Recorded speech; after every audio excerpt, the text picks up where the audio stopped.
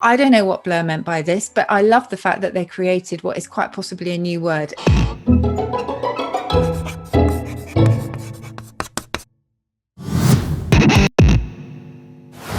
Hi everyone, I'm Susie Dent and this is X-PERTS. I'm going to be breaking down some of the questionable grammar in our favourite songs.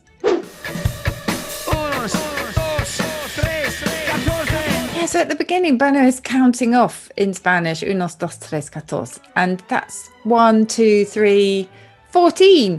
But apparently when asked about this oddity, I think it was for Rolling Stone, Bono replied there may have been some alcohol involved. But I like to think it's conveying the idea of getting going and you know, that momentum that they're talking about.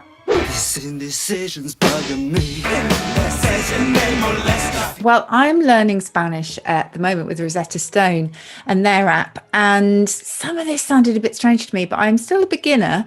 But I read a little bit about the history of this, and apparently some people say, well, it's a bit of Ecuadorian Spanish thrown in. Other people say, well, it was a kind of Tex-Mex variant because everybody in the band was kind of phoning up someone they knew who knew Spanish, but they all came from different areas and spoke different varieties of Spanish. So it's a bit of a hodgepodge, but hey, I like it. I can't get no satisfaction. This is the line that gets all linguistic pedants frothing at the mouth. I can't get no satisfaction. But honestly, do we really care? I can't get any satisfaction just sounds all wrong.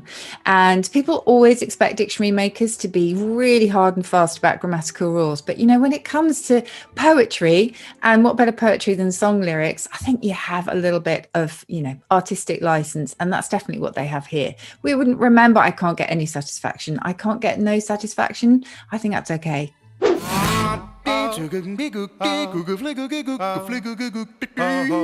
so the big question, what is scat? So I looked this up in my Bible, which is the Oxford English Dictionary, and first reference is Melody Maker in 1929, and it says it undoubtedly owes its origin to the almost inevitable way of starting any line with scat-a-doo. A very fine example, it says, of scat singing is Candy Lips by Louis Armstrong's Washboard Beaters.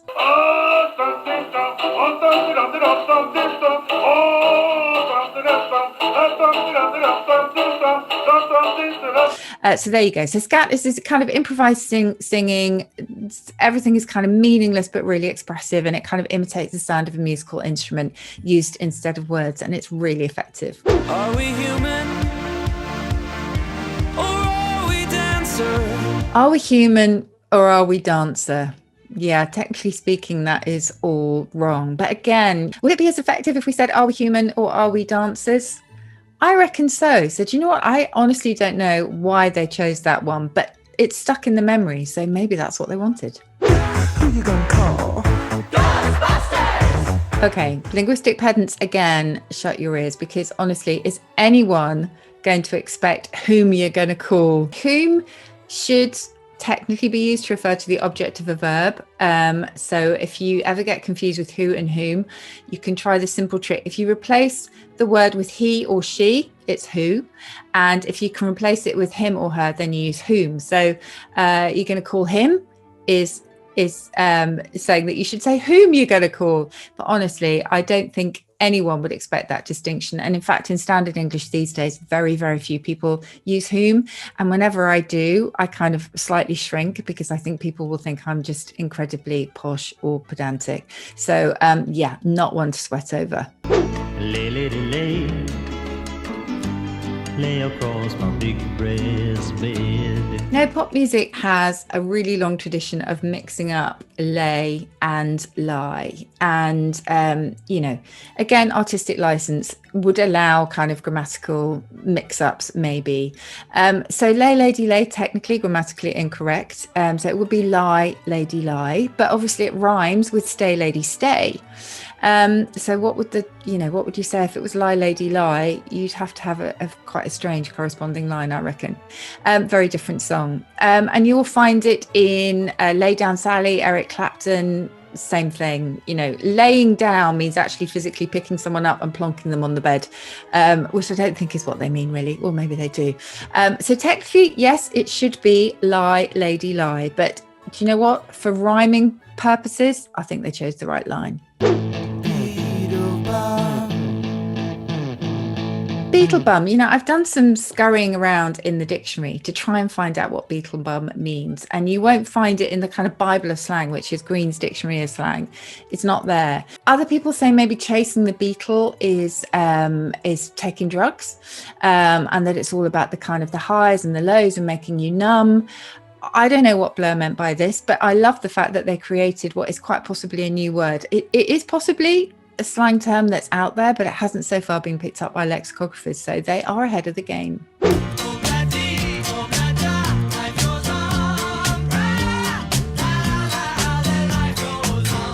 Obladi Oblada. I grew up with this one. This is one of my dad's favourite songs. He was a massive Beatles fan. Apparently, and I never questioned this as a child, this was Paul McCartney who wrote it in India.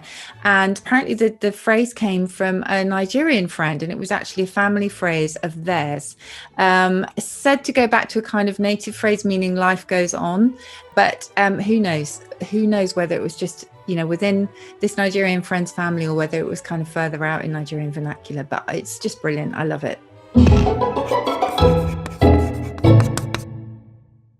Thanks for watching. And if you liked this, please subscribe to Radio X for even more. Maybe not of me, which is a good thing. Radio X.